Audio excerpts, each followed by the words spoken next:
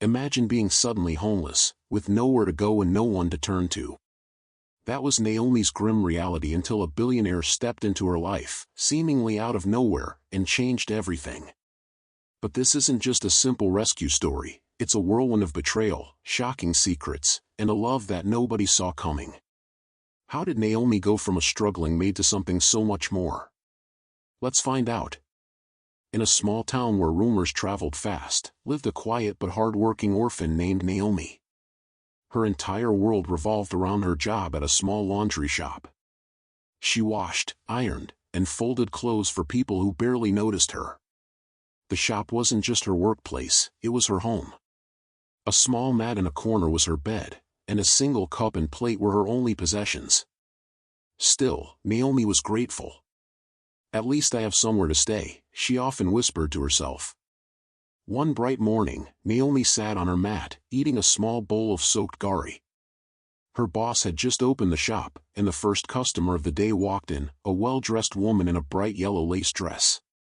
Naomi quickly wiped her hands, grabbed a cup of water, and went to wash her face before starting work. As she stepped through the doorway, she didn't see the woman entering at the same time. They collided. "Hey, are you blind?" the woman shouted, staring at her now drenched dress. Naomi's heart sank. "Oh, I'm so sorry, ma'am. I didn't see you. Please, let me clean it," she pleaded, reaching out to touch the fabric.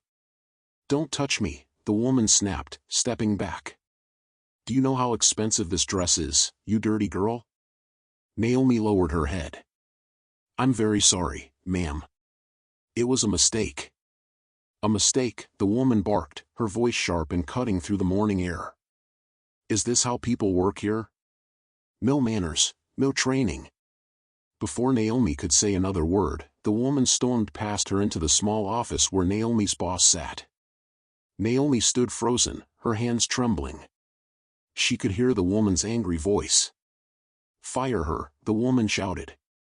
"If this is the kind of person you employ, I'm taking my business elsewhere. I can't deal with such carelessness." Naomi's boss, a bald man with tired eyes, tried to calm her down. "Madam, please, it's not that serious. She's a good worker." "I don't care," the woman yelled. "If you don't fire her, I'm done with your shop, and don't forget, my fiancé is one of your biggest customers." The boss sighed heavily. He walked out of the office and called Naomi. She stepped forward, her heart pounding as if it would burst. "Naomi," he said softly, avoiding her eyes. "I don't know how to say this." "Please, sir, I didn't mean to." "Naomi," he cut her off, "you've been a good worker, but I can't afford to lose a customer like her. I'm sorry, but you'll have to leave." Naomi dropped to her knees. "Oh, sir, please don't do this. I have nowhere to go. This is where I live, where I eat. Please, sir, don't send me away." Her boss looked at her with pity, but he shook his head. "Naomi, I'm sorry. My hands are tied." The well-dressed woman stood at the doorway, smirking. "That'll teach you to watch where you're going," she said before leaving with a loud humph. Naomi sat on the floor, tears streaming down her face. Her world had just crumbled. Where would she go? How would she survive? The day was just beginning, but for Naomi, it already felt like the end. Naomi sat on the laundry shop floor, head buried in her hands, the tears unstoppable. She looked up at her boss one last time. "Sir, please, I don't have anywhere to go. I'll work harder, I'll wake up earlier. Please don't send me away," she begged, her voice trembling. Her boss sighed deeply, rubbing his forehead. "Naomi, it's not about your hard work. You know I appreciate you, but that woman is my best customer. If I lose her, it'll affect my business. I'm sorry, you have to leave." "But where will I go?" Naomi cried. "This is the only place I have. How will I eat? Please, sir, have mercy on me." "Naomi," he said, avoiding her teary eyes, "I've already made up my mind. You can't stay here anymore. Just pack your things." Naomi felt her world crashing. She looked around the tiny shop where she had spent the last 2 years. It wasn't much, but it had been her home. She had no family, no friends, and no money. That evening, with nothing but a small bag of clothes, Naomi walked aimlessly through the streets. The sun had set, and the town was quiet except for the occasional car passing by. She felt invisible, like the world had forgotten she existed. As she wandered, she saw an unfinished building. The walls were high, but there were no doors or windows yet. She peeked inside and saw a flat surface of cement blocks. It wasn't safe, but it was better than sleeping on the street. Naomi climbed inside, laid her bag on the cold floor, and sat down. "God, please help me," she whispered. She lay on the floor, using her wrapper as a blanket. The night was long and cold, but she stayed awake, her mind filled with thoughts of what tomorrow would bring. The next morning, the sound of voices woke Naomi. She sat up quickly, startled to see a group of men walking into the building, holding tools and wearing helmets. They stopped when they saw her. "Who are you, and what are you doing here?" one of the men asked, his tone firm but not unkind. Naomi stood up, her hands shaking. "Please, sir, I'm sorry. I didn't mean to trespass. I lost my job, and I'm hoping to have the opportunity to work here. Please, I can work. Let me help with the construction. I'll do anything." The men exchanged glances, some shaking their heads. "This is not a job for women," one of them said. "It's hard work, lifting heavy blocks, mixing cement. Are you sure you can handle it?" "I can do it, sir," Naomi said, her voice firm. "I'm strong. Please, just give me a chance." The men hesitated, whispering among themselves. Finally, one of them said, "You have to talk to the boss. He'll be here soon." Naomi nodded. "Thank you, sir. I'll wait." She sat quietly in a corner of the building, watching as the workers began their tasks. The smell of cement filled the air, and the sound of hammers echoed around her. Naomi felt a small flicker of hope. After about an hour, a tall man in a white shirt and safety boots walked into the building. His face was stern, and he looked like someone who didn't tolerate nonsense. The workers quickly gathered around him, explaining Naomi's situation. The man walked up to Naomi, his eyes scanning her from head to toe. "So, you want to work here?" he asked, his voice deep. "Yes, sir," Naomi said, standing straight. "I have no place to go, and I need to survive. I will do my best." The man raised an eyebrow. "This is not a place for playing.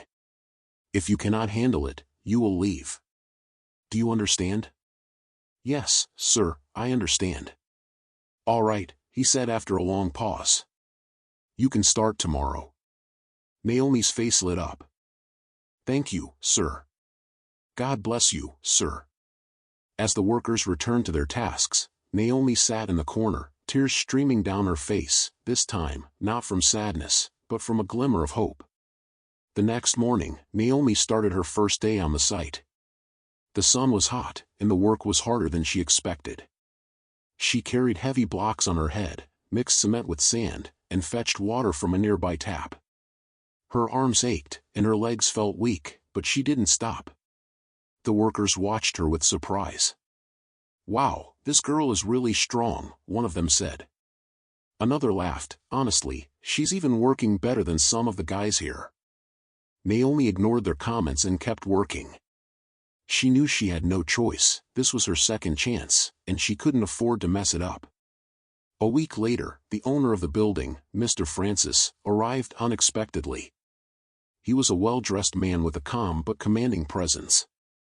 As he walked around the site, inspecting the work, he noticed something unusual in a corner, a young girl carrying heavy blocks on her head. Her clothes were stained with cement, and sweat dripped down her face, but she didn't stop. "Who is that girl?" Mr. Francis asked the engineer, pointing at Naomi. The engineer hesitated, then replied, "Ah, sir, her name is Naomi. She's been working with us for about a week now." "Why is she doing this kind of work?" "This is not work for a young girl," Mr. Francis said, frowning. The engineer explained how Naomi had nowhere to go and had begged to be allowed to work. She's very hard-working, sir. She doesn't complain, and she gets the job done. Mr. Francis shook his head. This is not right. Call her here. The engineer nodded and waved Naomi over. She quickly wiped her face with the edge of her dress and walked to where they were standing. Good morning, sir, Naomi said, bowing slightly. Morning, Mr. Francis said, his voice kind but firm. What's your name? Naomi, sir. Naomi, why are you doing this kind of work? Don't you know it's dangerous and too hard for someone like you? Naomi lowered her head. Sir, I have no other choice. I need to survive. Please, sir, don't send me away. I'll do anything to keep this job. Mr. Francis sighed deeply. This is not the kind of life a young girl like you should live. You can't continue here. I'll speak to the engineer. You have to stop this work. Naomi's heart sank. She opened her mouth to speak, but no words came out. Tears filled her eyes as she looked at Mr. Francis, hoping he would change his mind. The sun was setting when the engineer called Naomi aside. His face looked heavy, and Naomi's heart sank even before he spoke. Naomi, he began slowly, Mr. Francis said you can't continue working here. He said it's for your own good. You're too young to be carrying this kind of load. Naomi's chest tightened. Sir, please, I have nowhere to go. I'll work harder, I promise. I don't even mind sleeping here. The engineer shook his head. It's not my decision. You have to leave. I'm sorry. You know what they say, every disappointment is a blessing. I believe God will grant you a better opportunity. Tears spilled from Naomi's eyes as she packed her few belongings and moved to another unfinished building. That night, as she lay on the cold cement floor, Naomi felt more alone than ever. She hugged herself, shivering in the night air. God, why me? She whispered, her voice shaking. What did I do to deserve this? But no answer came. Meanwhile, Mr. Francis went to the laundry to collect his freshly cleaned clothes. The owner greeted him warmly. Good evening, sir, welcome. Good evening, Mr. Francis replied as he handed over his receipt. While waiting for his clothes, he glanced around the shop, his thoughts drifting back to Naomi. Something about her had stayed with him, and he couldn't shake the feeling that she needed help. Excuse me, he said to the owner. Do you know a girl named Naomi? She used to work here. The owner's cheerful expression faded. Naomi? She had a problem with one of our customers. The woman wasn't happy and demanded I fire her. It was your fiancé, Chinny, that said she must go. Mr. Francis blinked in surprise. Chinny? Are you sure? Yes, sir, she was very upset that Naomi spilled water on her clothes. She even threatened to stop bringing her laundry here if I didn't fire the girl. Francis was quiet for a moment. Do you know where Naomi is now? The owner shook his head.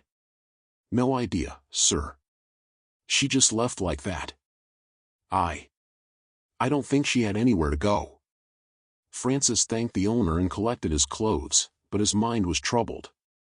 Why would Chinny go so far as to get a girl fired over something so small? And where was Naomi now? As he drove home that evening, Francis couldn't help but feel a deep sense of guilt. He knew he had to find Naomi, no matter how long it took. A few days later, Naomi was walking along the roadside, her worn slippers barely protecting her feet from the rough ground. She wrapped her arms around herself, hoping to find some warmth. The road was quiet, except for the occasional car speeding past. Suddenly, bright headlights lit up the path ahead, and a black SUV slowed down beside her. The window rolled down, and a familiar voice called out, "Naomi." She froze, straining to see who it was. It was Mr. Francis.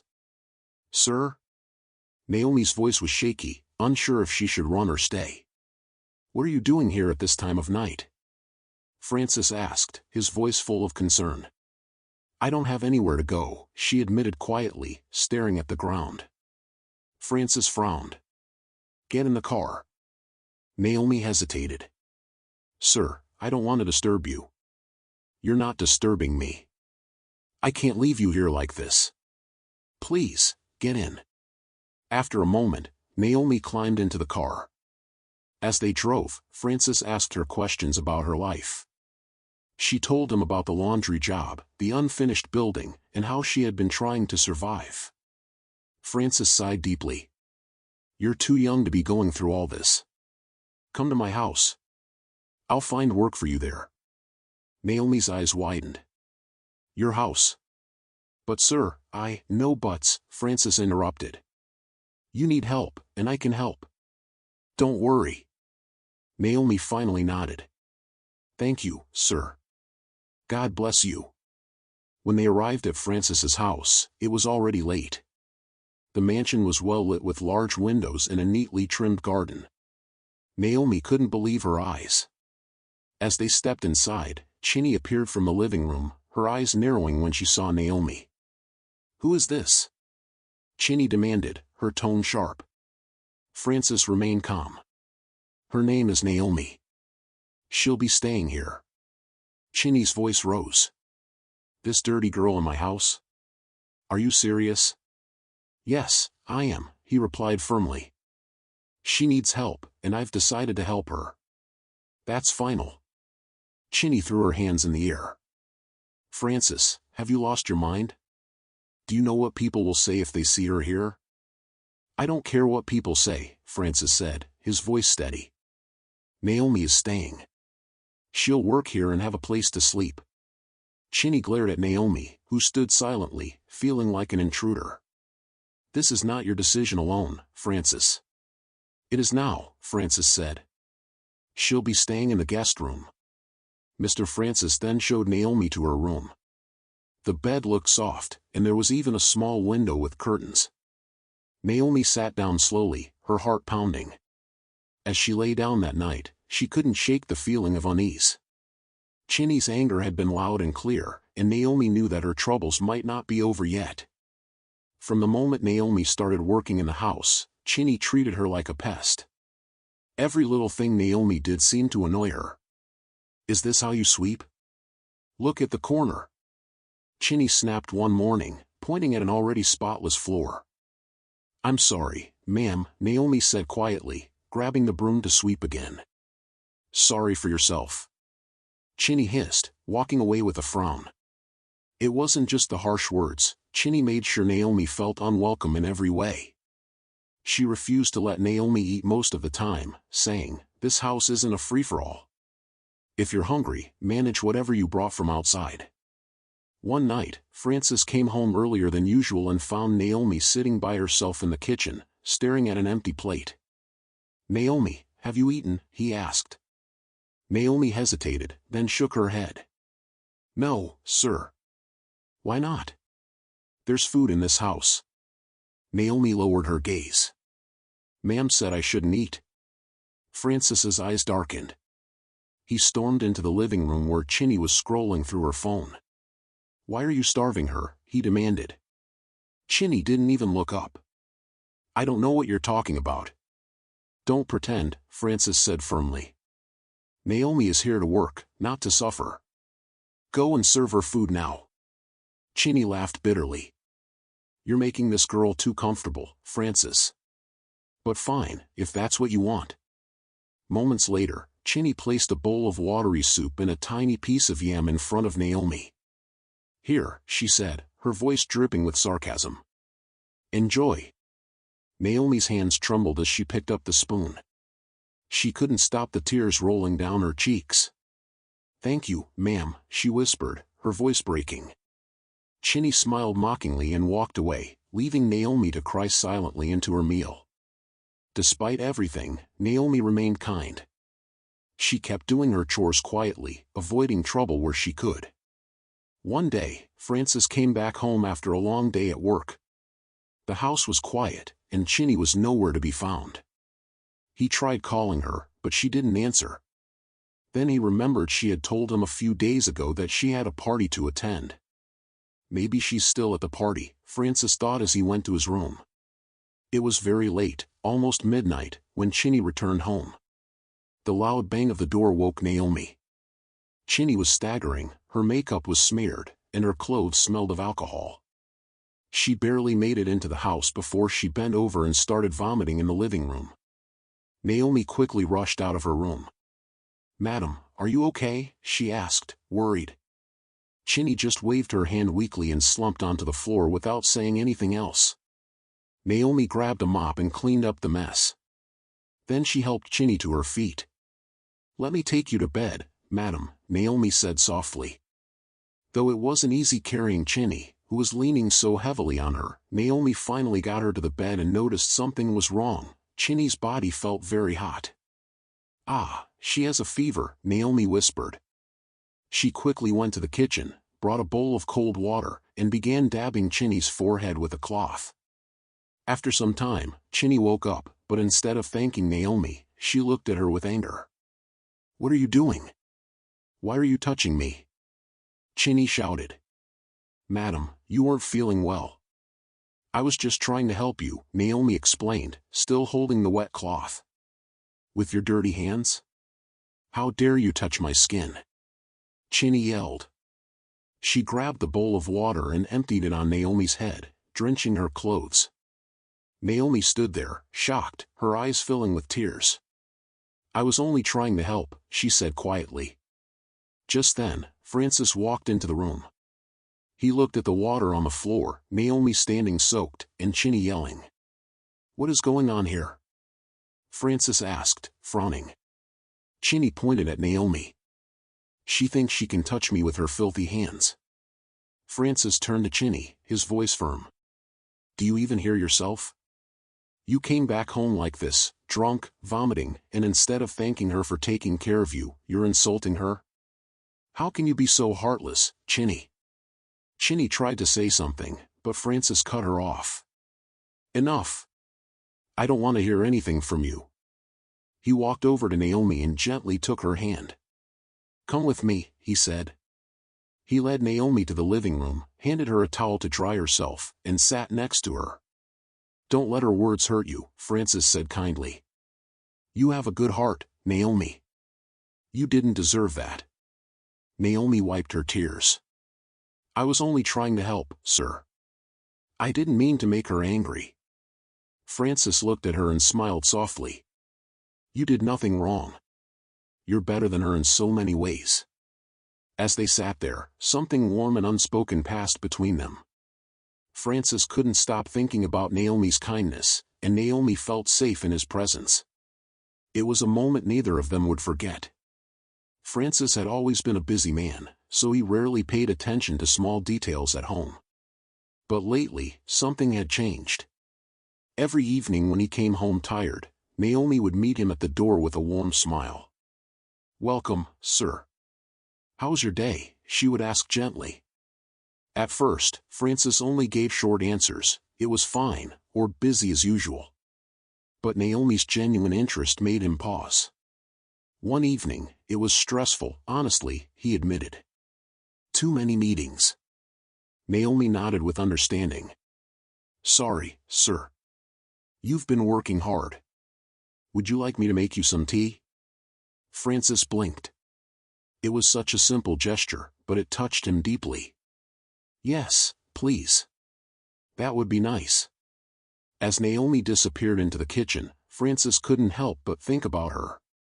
She was always so calm and respectful, even when Chinny was harsh. Unlike Chinny, who rarely asked about his day or showed concern, all she did was demand money to fund her frivolous lifestyle. But Naomi's kindness stood out. Over the next few days, Francis started noticing more, how Naomi would quietly tidy up without being told, how she greeted everyone with a smile, how she seemed to carry a lightness that made the house feel warmer, even with Chinny's constant grumbling. One evening, as Chinny complained loudly about something unimportant, Francis found himself tuning her out and glancing at Naomi, who was folding clothes in the corner.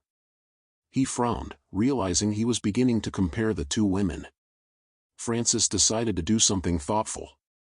After work, he stopped at a boutique and picked out dresses, some for Chinny and one for Naomi. When he got home, he handed the bags to each of them.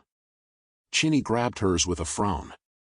"What's this?" she asked, scowling at the bag. "A little something for you," Francis replied simply. Chinny barely looked at the dress before tossing it on the couch. Thanks, I guess." Naomi, on the other hand, stared at the bag in disbelief. "For me, sir?" "Yes, Naomi, open it," Francis encouraged. With trembling hands, Naomi pulled out a simple yet beautiful dress. Her eyes filled with tears as she clutched it to her chest. "Thank you, sir," she said, her voice shaking. "Nobody has ever given me a gift before." Francis smiled. "You deserve it, Naomi. You've been working so hard." Chinny, who had been watching from the corner, suddenly exploded. "What is all this nonsense?" she yelled. "Why are you buying gifts for her? Are you trying to embarrass me in this house?" Francis turned to her calmly. "Chinny, it's just a dress. Why are you making it a big deal?" Chinny scoffed. "A dress, right. I can see what's going on here. You're beginning to favor her over me, right? Be careful, Francis." Naomi stepped back, clutching the dress tightly. "I'm sorry if I caused any problem, ma'am," she said softly. "Keep quiet." Chinny snapped, pointing a finger at Naomi. "You think you're smart, eh? I'm watching you." Francis sighed heavily, rubbing his forehead. "Chinny, stop this drama. Naomi is part of this household, and I'll treat her with respect. If you can't handle that, maybe you should rethink your attitude." Chinny stormed off, slamming the door behind her, while Naomi stood frozen, tears of joy streaming down her face. The next morning as Francis left for work, the house grew quiet. Naomi was in the kitchen when she heard Chinny's footsteps behind her.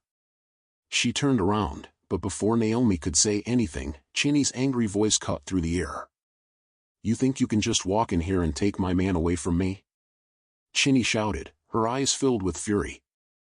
"You're nothing but a dirty girl trying to steal what doesn't belong to her." Naomi took a step back, her heart racing. "Madam, shut up," Chinny shouted, stepping closer. "You don't know your place. You think because he bought you a stupid dress you're special? Well, you're not." Before Naomi could respond, Chinny stormed into the room where the dress Francis had bought for Naomi was hanging. With a cruel smile, she grabbed the dress and marched outside. Naomi followed, her voice shaking. "Please, madam, don't. That dress means so much to me." "Shut your mouth," Chinny interrupted, holding the dress up to the fire. "This is what happens when you try to take what's mine." Naomi's eyes widened as she watched the flames consume the dress. She couldn't move, her tears falling freely. "Please don't do this," she pleaded. But Chinny was relentless. "You'll never be good enough for him. I'll make sure of that." Chinny sneered. When the dress was completely burned, Chinny turned and walked away, leaving Naomi standing there, sobbing. Naomi didn't know what to do or where to go. She had nothing left. A week later, Francis was getting ready to leave for the building site when he saw Naomi in the yard. He smiled at her and asked, "Naomi, would you like to visit the building site today? Some of your old colleagues from the construction site are there. I'm sure they'll be happy to see you again." Naomi's face lit up. She had always been grateful to the workers at the site. They had been kind to her, helping her when she needed it most. Seeing them again would be a great way to show her appreciation. "Yes, sir, I'd love to," Naomi replied, her heart racing with excitement. Francis smiled and walked toward the car, waiting for Naomi to come out. Naomi quickly ran inside to get ready. She had to look her best for the reunion. But when she finally stepped out, Francis's smile faded.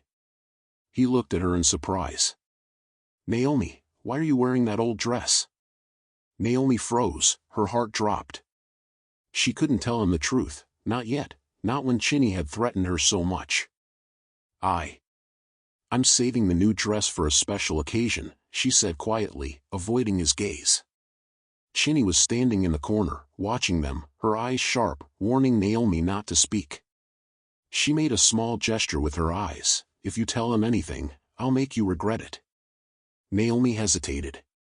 She didn't want to disappoint Frances, but she also didn't want to anger Chinny.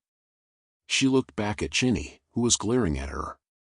Frances saw the hesitation in Naomi's eyes. He raised his voice. Naomi, what is wrong with you? Get in the car. We're leaving now. Naomi stood still, unsure what to do. Chinny was still watching, and Naomi was scared. But then Frances noticed Chinny standing in the corner with her eyes filled with hostility. He understood what was going on. Naomi! Frances shouted again, get in the car, I said, now! With a sigh, Naomi walked toward the car. She didn't want to make things worse, so she climbed into the car and sat down. Let's go, Frances said to Naomi. As the car drove off, Naomi looked back at Chinny, who was still staring at them angrily. Naomi didn't know what was coming next, but she knew one thing for sure, Chinny was not going to stop until she had pushed Naomi out of the picture for good. One afternoon, Chinny called Naomi to the living room. Naomi, come here. Sit down, let's talk, she said in a calm, almost sweet voice. Naomi was surprised, Chinny had never allowed her to sit on the couch before. She hesitated for a moment, but then walked over and sat down carefully. Don't be scared, Chinny said, gesturing for her to relax. Let's just talk. Naomi sat on the couch, still unsure of what was going on. Chinny's voice softened as she began to speak. I know I've been hard on you ever since you came into this house. I've said things I shouldn't have, and I've treated you badly. But today, I want to make amends. Chinny said, looking Naomi straight in the eye. I want to treat you like my younger sister from now on. Please, forgive me for all my past mistakes. Naomi blinked, confused, but then smiled lightly. Ma'am, I don't hold any grudges. We're good. Thanks for letting me stay in your home, she said, trying to match Chinny's tone. For a moment, it seemed like the tension had lifted. Chinny smiled back, and there was a warmth in her eyes that Naomi hadn't seen before. Can I ask you for a favor? She asked, her voice gentle. Anything, ma'am, Naomi replied, eager to keep the peace. Chinny smiled. I'm not good at cooking. Can you make some noodles for me? Naomi's face lit up. She was happy to do something for Chinny, especially since things seemed to be improving. Of course, I'll make it right away. She hurried to the kitchen and cooked the noodles, bringing a bowl to Chinny when it was ready. Chinny looked pleased as Naomi set the bowl in front of her. Then Naomi excused herself and went to her room, thinking everything was fine. A few seconds later, she heard Chinny's voice shouting from the living room. Naomi's heart skipped a beat as she rushed out to see what had happened. Madam, what happened? Naomi asked, her voice trembling. Chinny was standing, her face twisted in anger. So you want to poison me? She yelled. What did I ever do to you? Naomi's mouth fell open in shock. Madam, I didn't put anything into your food. Please believe me, she said, trying to stay calm. Chinny pointed an accusing finger at Naomi, tears streaming down her face. I saw you with my own 2 eyes. You put something in my food. This wicked girl wants to take my life, she cried out, looking at Frances as he walked into the room. Frances was confused, looking between the 2 women. What's going on here? He asked, his voice tense. Chinny cried louder, pointing at Naomi. Look at her. She's the one. She's trying to poison me, she shouted, practically wailing. Naomi stepped forward, trying to explain herself. Madam, I swear I didn't put anything in your food. I was just trying to help. But Chinny wasn't listening. She continued to shout, her eyes wide with fake fear. She's lying, Frances. She's poisoned my food. Naomi, desperate to prove her innocence, couldn't take it anymore. She grabbed the bowl of noodles that Chinny had barely touched and, without a second thought, ate a large spoonful in front of them. There. You see? Naomi said, swallowing the noodles. There's nothing in your food. I didn't poison you. But before she could finish speaking, Naomi felt a sharp pain in her stomach. She doubled over, clutching her belly as the room spun around her. "Naomi!" Frances shouted, rushing toward her as she fell to her knees, gasping for air. "What's happening? Are you okay?" I don't know, it hurts," she cried, tears streaming down her face. Chinny stood to the side, watching Naomi in silence. Then a wicked smile appeared on her face, and she started to laugh. "I told you, Frances," she said, almost happy. "I saw her with my own eyes. She poisoned the food." Frances was in a panic. He turned to Naomi, who was now lying on the floor, clutching her stomach, her breathing shallow. "Naomi," he shouted, "hold on. I'm taking you to the hospital." He scooped Naomi up in his arms and rushed out of the house, his mind racing. He couldn't believe what was happening. What had Chinny done? Was this all a trick? Naomi slowly opened her eyes in the hospital bed. The soft beeping of the machines was the first thing she heard. Francis was sitting beside her, holding her hand tightly, his face filled with worry. But when he saw her awake, his eyes softened with relief. "Naomi, you're awake." "Thank God," he said, his voice shaky. Naomi tried to smile, but was still weak. "What happened?" she asked quietly, her voice barely a whisper. "You collapsed after eating the noodles," Francis explained. "But you're okay now. The doctor said you're going to be fine." Naomi closed her eyes again, remembering the pain and how Chinny had accused her. She felt tears welling up inside, but she didn't say anything. Francis looked at her with serious eyes. "Naomi, I have to tell you something." He paused. "I checked the living room cameras. Chinny did something terrible. She set you up." Naomi looked at him in shock. "What do you mean, sir?" "Chinny, she put something in that food to make it look like you were poisoning her," Francis said, his voice growing harder with each word. "I saw it all on the footage. She's the one who did this." Naomi stared at him, stunned. "But why? What did I do to deserve this?" Francis looked down, his heart heavy. "I don't know, but I will make sure she pays for what she did." With that, he stood up and left the room, his mind set on confronting Chinny. When he got home, he didn't hold back. He walked into the living room where Chinny was seated. "Pack your things and leave my house," Francis said. "What's going on?" Chinny asked. "Don't pretend you don't know," Francis replied. "There's a camera in this living room, and I've seen everything. If I call the police, you'll be in big trouble, so just leave." With that, Francis turned and walked away, leaving Chinny standing there, trembling. She knew there was no way out now. Ashamed, she quietly gathered her things and left, her head hanging low. Days passed, and Naomi slowly regained her strength. She was back in the house, resting in the room that Francis had prepared for her. Francis came to her one afternoon, sitting by her side with a smile on his face. "Naomi," he said gently, "I just wanted to tell you how much I appreciate you. You didn't deserve any of this. You're a good person, and I want to make things right."